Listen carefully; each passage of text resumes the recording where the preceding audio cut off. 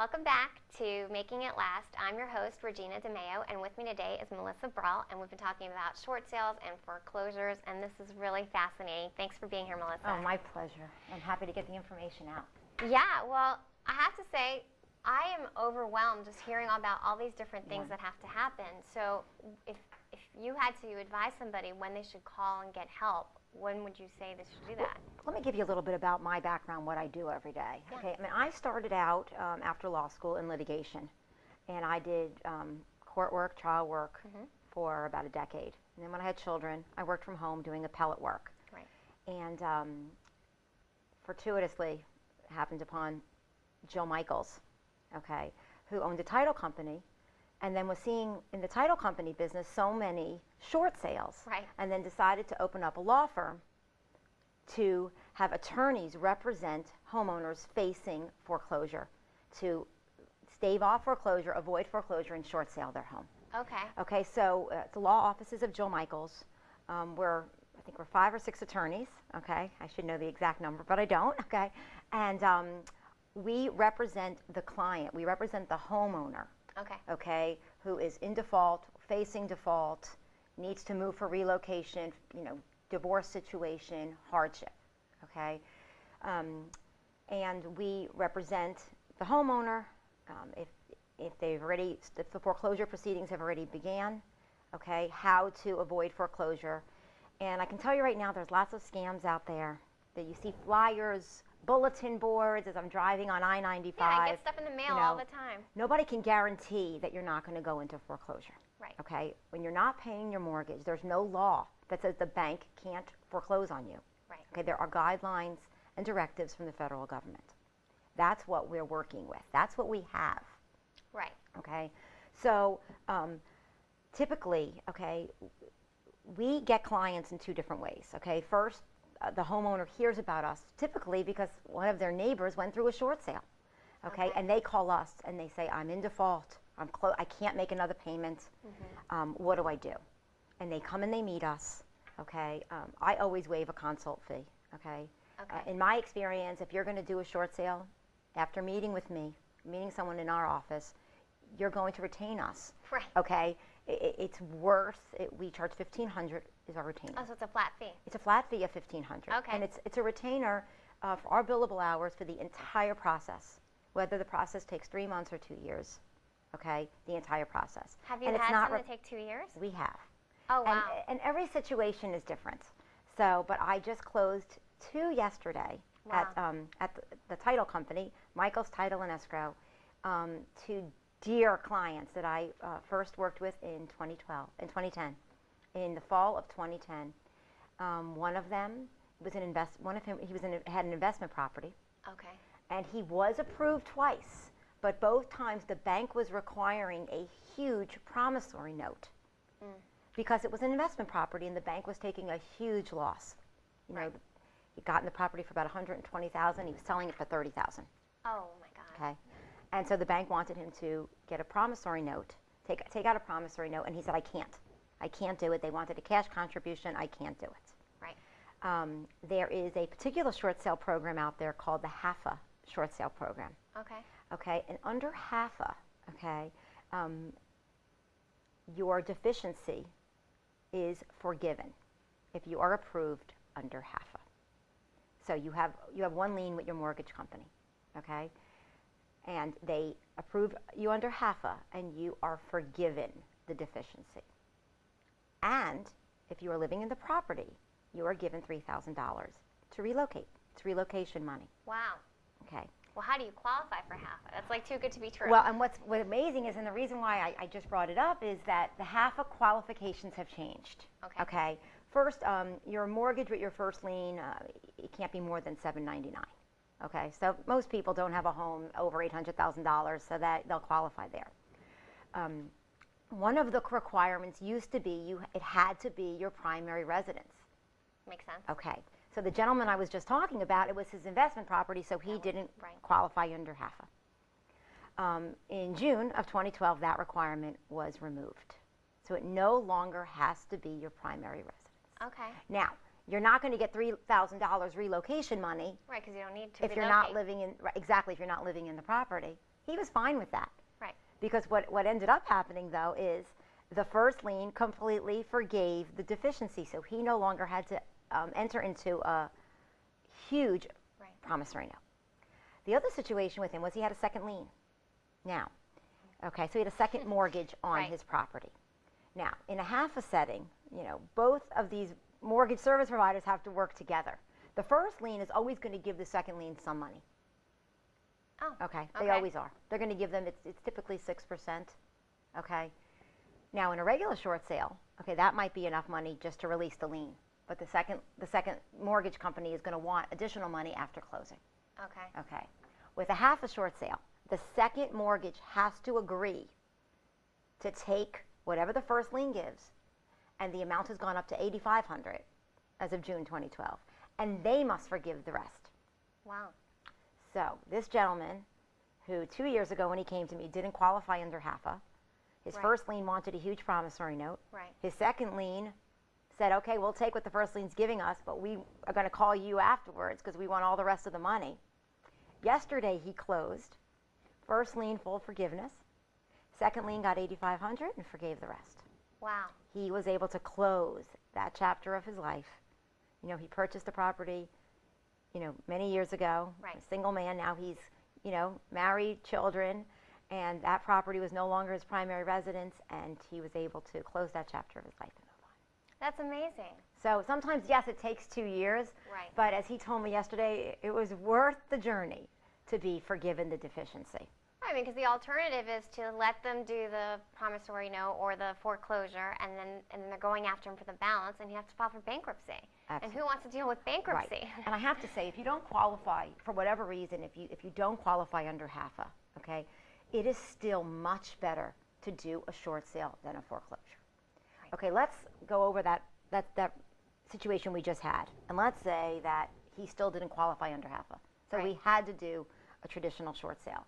Okay, the first lien wanted a promissory note. Okay? Right. A promissory note, no interest.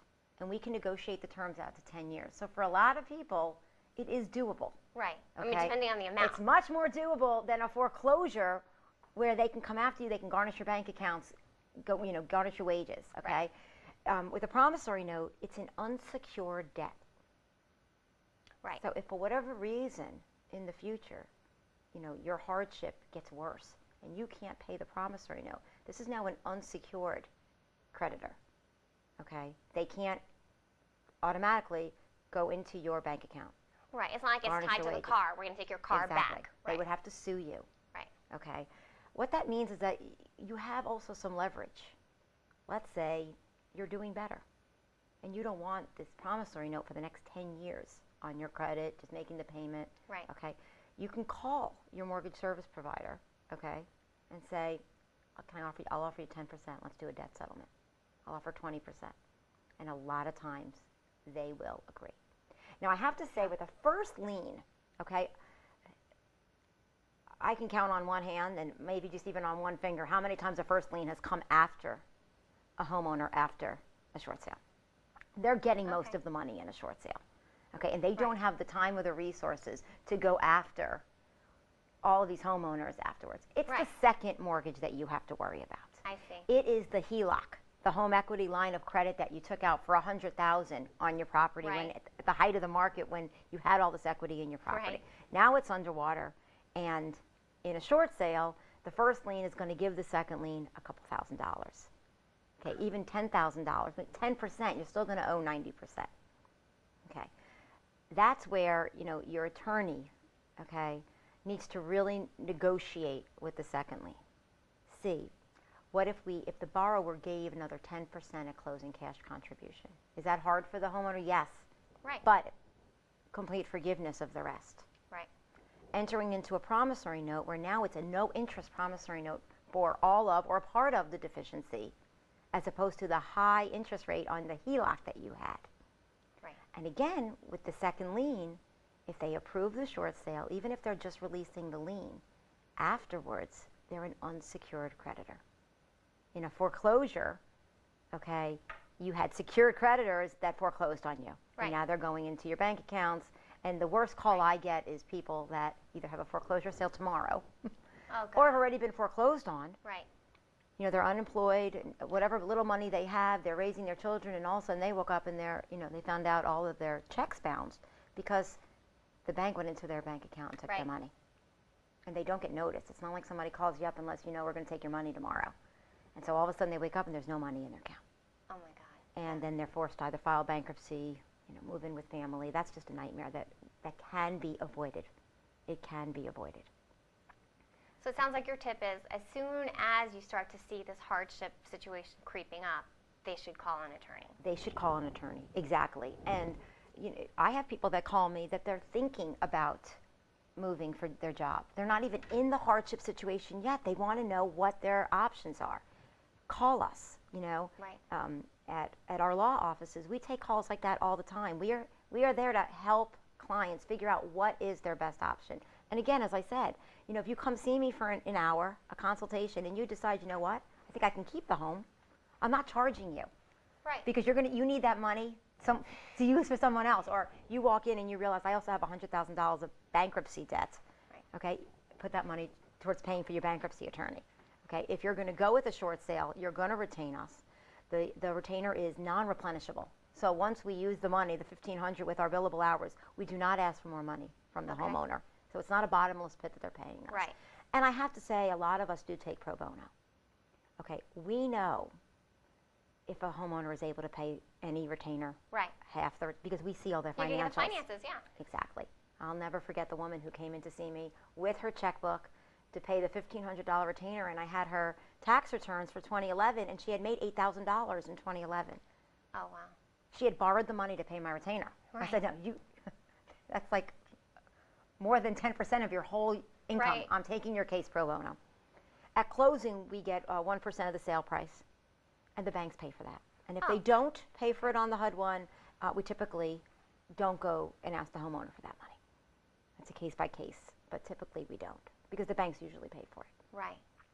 And so there's so many other options out there. No, it sounds like, I was a little afraid to start this segment because, we just did one about weddings, which is nice and Right, upbeat, yeah. right?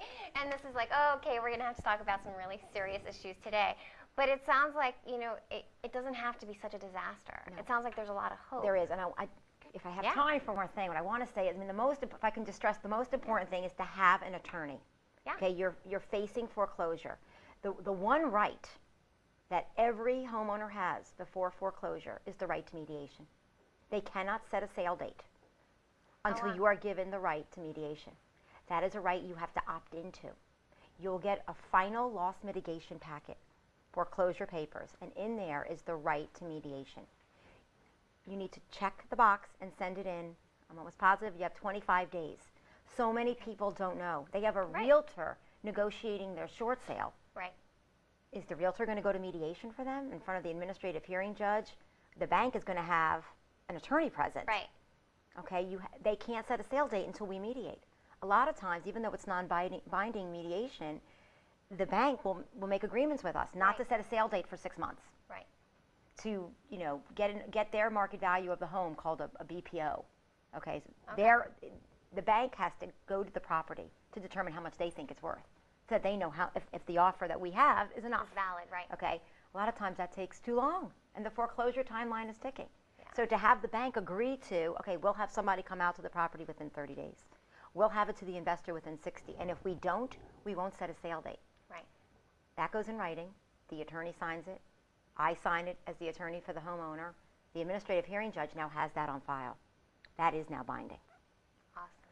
So there's so many ways that homeowners can close this chapter and not have it on their back for the rest of their lives. And that's what we're trying to avoid. That's what we're trying to avoid. That's great. If someone wanted to contact you, how could they reach you? Our phone number is 240-425-0008. We're the law offices at Joe Michaels, 2 blocks from the courthouse in Rockville, Maryland.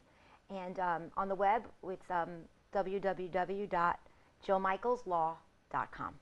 Great. Thank you so much, Melissa. Thank you for having me. Absolutely. Thank you so much for tuning in, and we'll see you next week on Making It Last.